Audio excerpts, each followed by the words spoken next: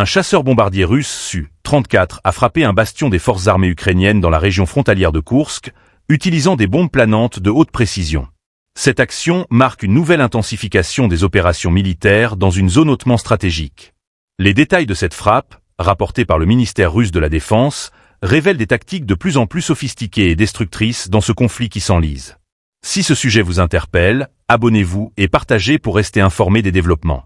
Selon les informations fournies, l'équipage du Su-34 a ciblé une concentration de personnel et une position fortifiée des forces armées ukrainiennes. L'opération a été menée grâce à des bombes équipées d'un module universel de planification et de correction, UMPC, garantissant une précision accrue. Les renseignements ont confirmé l'efficacité de la frappe, qui aurait anéanti non seulement le personnel ennemi, mais également les infrastructures stratégiques présentes sur le site.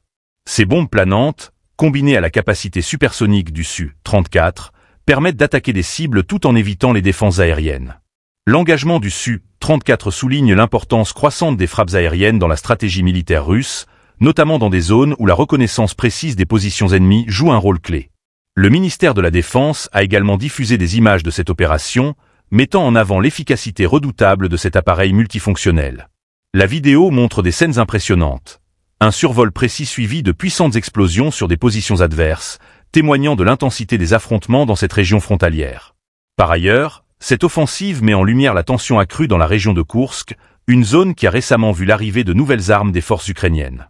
Parmi celles-ci, un canon lourd surnommé « nucléaire » a été déployé, augmentant les enjeux d'une confrontation déjà critique.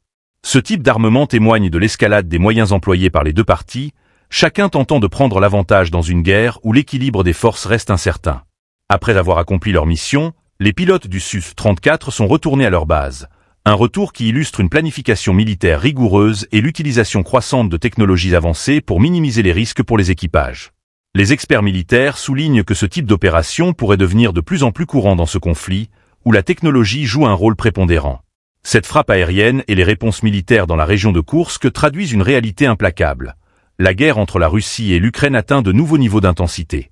Avec des pertes humaines et matérielles croissantes, ces événements posent la question de l'évolution du conflit et des moyens qui seront employés pour tenter de faire pencher la balance.